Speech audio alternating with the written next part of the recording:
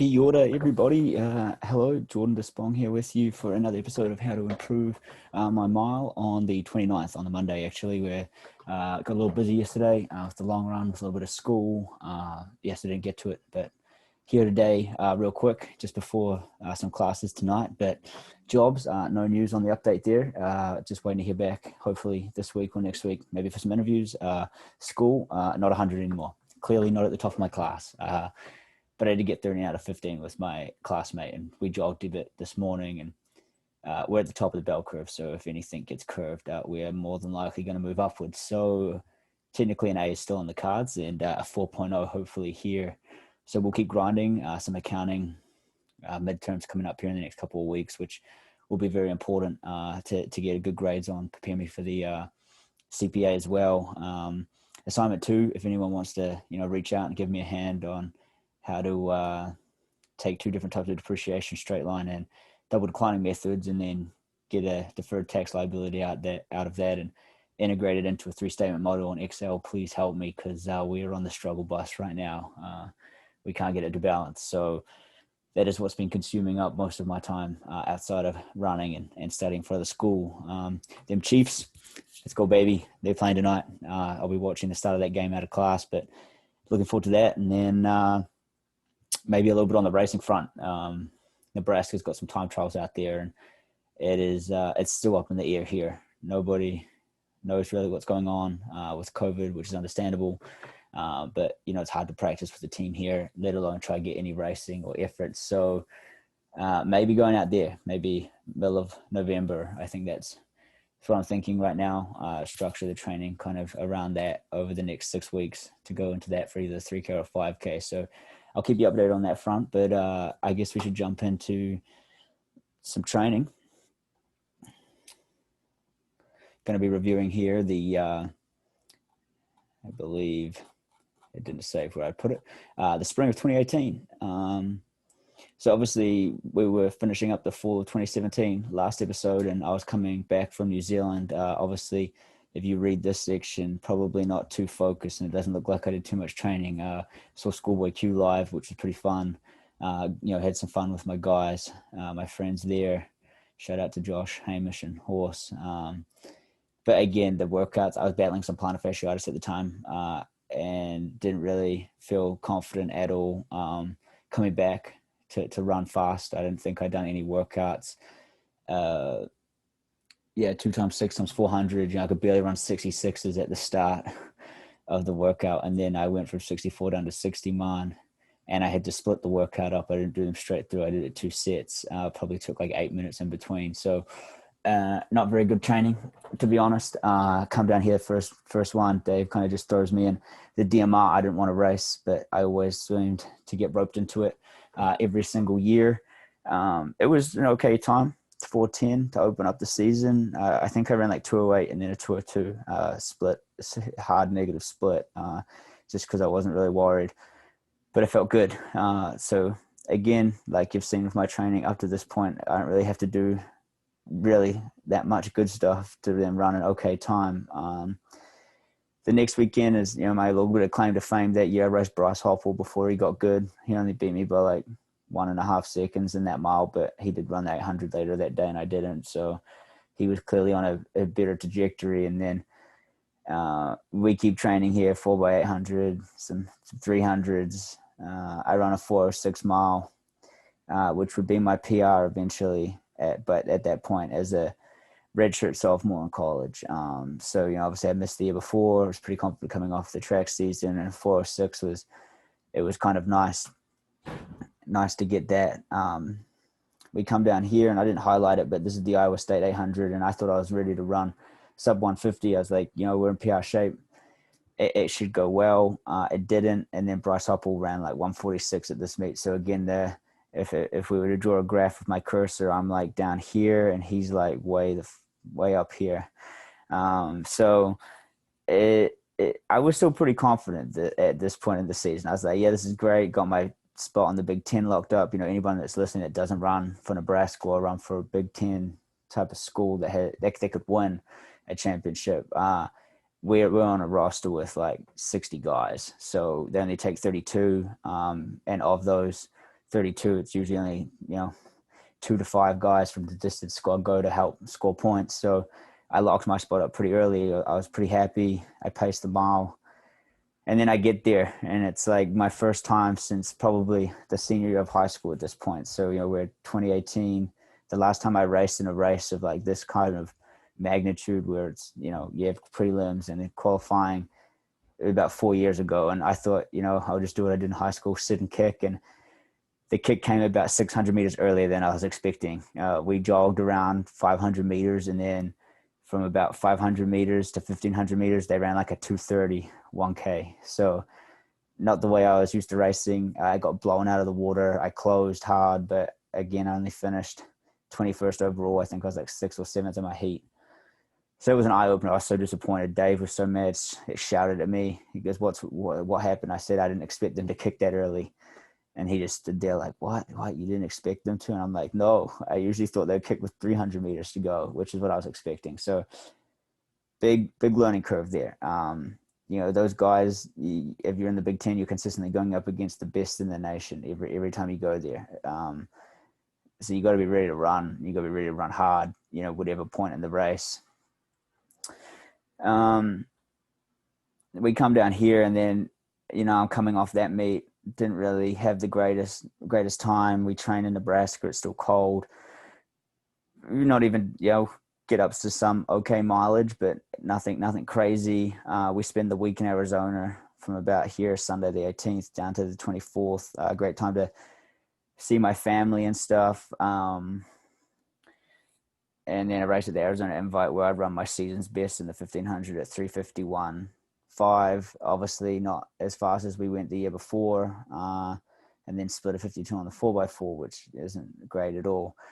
But that would be my best one of the season. As you've seen, over the first year and then this year, I struggle to cross country indoors, and then outdoors has always suffered a little bit. And it's becoming a repeating pattern, you'll find, as we go through reviewing this training, because we get here, the mileage is okay. The workouts, I was really bad at recording them, obviously, at this point in my life. You can't really tell any of the times here.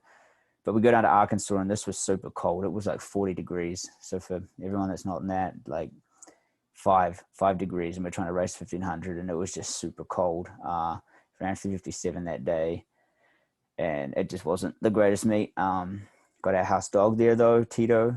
If you want to hear about that, we can discuss that later. But yeah, we came back with a dog that weekend. But it was a fun trip. And then, whether or not to say I got sick off racing in the cold weather, or I just got sick from training, I don't know. But I did. Got sick for about 2 weeks. Went down to Texas Tech, which is at altitude, ran a really tactical 1500 meters. I think I finished like third or fourth in the race in 4:04.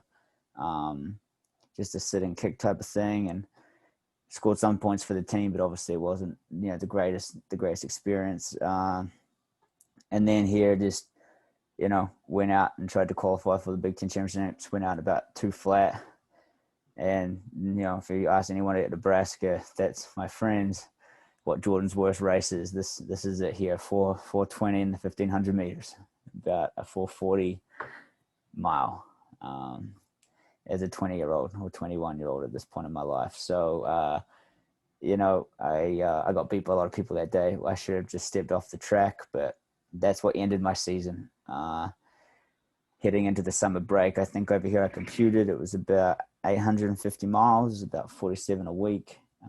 Again, though, those probably don't mean much to you guys right now until I get some coding on it, and I need to do it, but it's busy right now. There's a lot of readings with school, and that stuff's just kind of getting on the to-do list first, and this stuff kind of falls behind, hence why I'm doing this at 6:00 on a Monday night. So I need to get better, but there's a lot of stuff to focus on right now. But we'll jump into the this week here, which will be the 21st to the 27th. Did easy on Monday, easy 30 minutes, and then an easy hour for about 12.7 on the day. Tuesday, we did an easy 30 minutes for about 4.1, and then in the afternoon, this is a big workout. This is a lot tougher than I thought it was going to be. 15-minute jog and then 20 by 2 minutes on. Finished out the 90 minutes. I went on the same route as I did this 8 mile steady state, and just thought, it might be good to be on the hills and stuff. And I ran a little bit faster on the averages, in terms of this up here was about 5:30 continuously. I was running these at about anywhere from 5 minutes to 5:15 at the start. And it kind of took it out of my legs, and I was coming back down and my shoes were sore.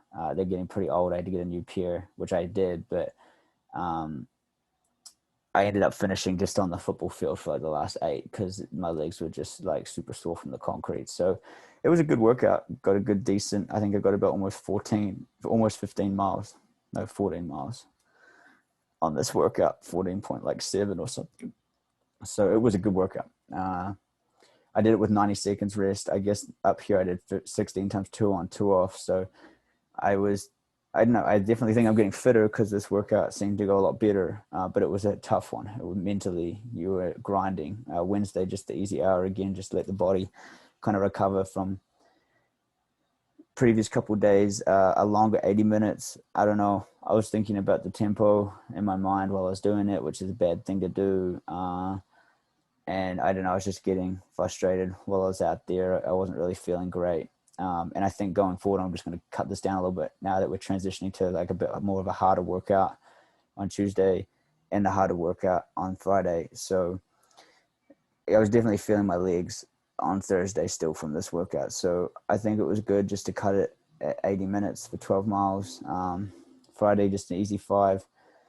And then 2-mile warm-up, 3-mile tempo on the track, just because I wanted it flat. I didn't want to be like, I've got a great heart rate going, but I'm only running, X miles because I'm running up and down hills. So I just stayed on the track, just ran it in shoes, and then 5x200s, 28s going down to 26s. This was a really encouraging workout. Like in terms of before I ran 404 back in the summer, I did a 3-mile tempo where I struggled to average like 507s, and the other day I was, just under 5 minutes, just cruising around the track. I didn't really feel like I had to speed up or anything. I was just out there running. So obviously the work we've been doing here post that mile, kind of getting back into the base is definitely helping. And I'm going to continue this workout for the next couple of weeks, probably at least 2 or 3 more weeks of just getting your heart rate up into the 170s for 15 minutes and just grinding, just as soon as you get up there, just keep telling yourself,